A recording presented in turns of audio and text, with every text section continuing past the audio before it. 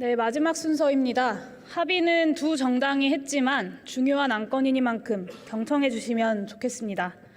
존경하는 국민 여러분, 김진표 국회의장님과 선배 동료 의원 여러분, 기본소득당 용혜인 의원입니다.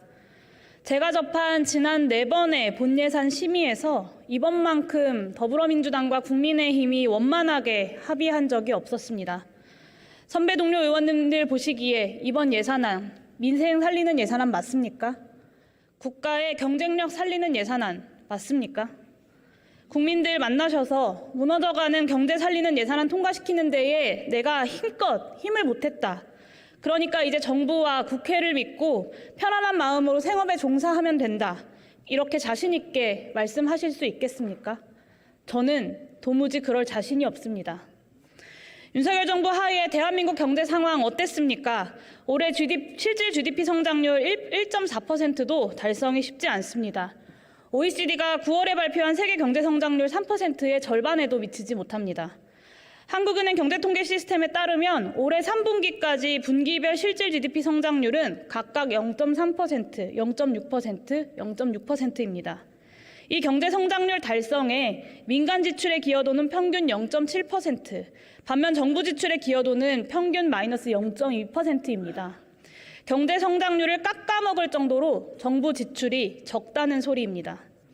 통계가 증명하고 있지 않습니까? 경제 성장률 제고를 위해서 지금 가장 시급하고 적합한 정책은 다름 아닌 확장 재정입니다. 그런데 교섭단체끼리 합의한 내년 예산안은 정부 제출안마저도 추가 감액해서 20년 만에 가장 낮았던 예산 증가율 2.8%보다 더 낮아졌습니다. 말 그대로 초긴축 예산안입니다.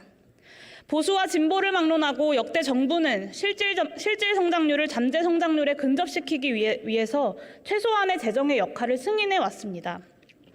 그것이 암묵적으로 합의된 일종의 사회계약이었습니다. 그 마지노선을 넘은 윤석열 정부의 이 시대착오적인 이념 예산을 어떻게 동의할 수 있겠습니까? 철진한 이념에 집착하는 예산은 그 내용 곳곳에서 드러납니다. 약자와의 동행을 말하는 윤석열 정부는 소규모 사업장 사회보험료 지원 예산, 저소득 구직자 취업 지원 예산, 여성 청소년 보호와 피해자 지원 예산, 중증장애인 취업 지원 예산을 모조리 삭감했습니다. 약자 중에 약자를 선별하다 못해 윤석열 대통령이 허락한 약자만을 구제하는 그야말로 각자 도생 예산입니다. 오늘 예산안과 함께 올라온 세법 개정안은 더욱 심각합니다. 가업 승계 증여에 낮은 세율을 적용하는 증여액 상한선을 종전 60억 원에서 120억 원으로 2배나 올렸습니다. 가업 승계 증여에 대한 증여세의 연납 기간을 5년에서 15년으로 3배나 늘렸습니다. 기존 각 5천만 원까지 증여세 과세가액에서 공제하던 것을 이와 별개로 혼인과 출산 2년 이내에 증여하면 1억 원씩 추가 공제해서 양가 합산 총 3억 원까지 공제해줍니다. 모두 금수저 부모를 둔 금수저 자녀들에게만 혜택이 집중되는 감면 조치들입니다. 돈 많은 부모 만난 자녀들에게만 세금을 깎아주자는 이런 것이 과연 사회 통합입니까? 올해 60조 원 국세결손의 위기 앞에서도 부자 세금만 깎아주는 그야말로 반민생, 반서민 예산입니다. 또 2024년 예산안은 대한민국의 미래 경쟁력을 파탄내는 예산안입니다. 온 나라의 연구자들과 시민사회가 그토록 성토했던 R&D 예산 삭감액 5.2조 원 중에 10%를 겨우 넘는 6천억 원만 복원하는 것에 그쳤습니다.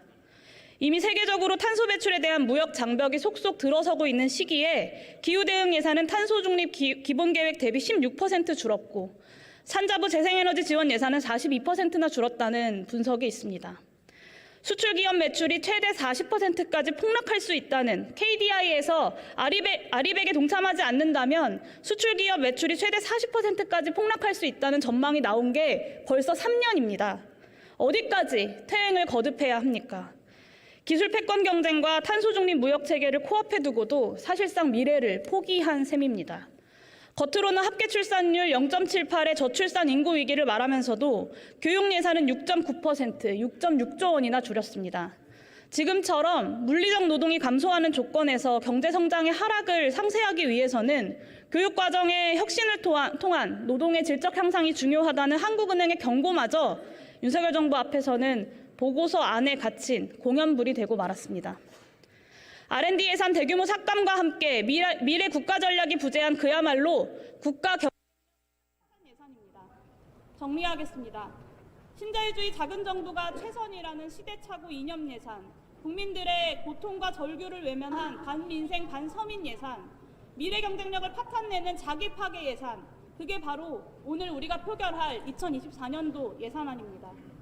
윤석열 정부의 끝없는 퇴행을 막아야 한다고 이야기하시는 더불어민주당, 정의당, 진보당의 선배 동료 의원 여러분, 윤석열 정권이 너무 강고해서 우리 야당이 힘이 없었다, 그러니까 어쩔 수 없었다, 그렇게 또 말씀하실 겁니까?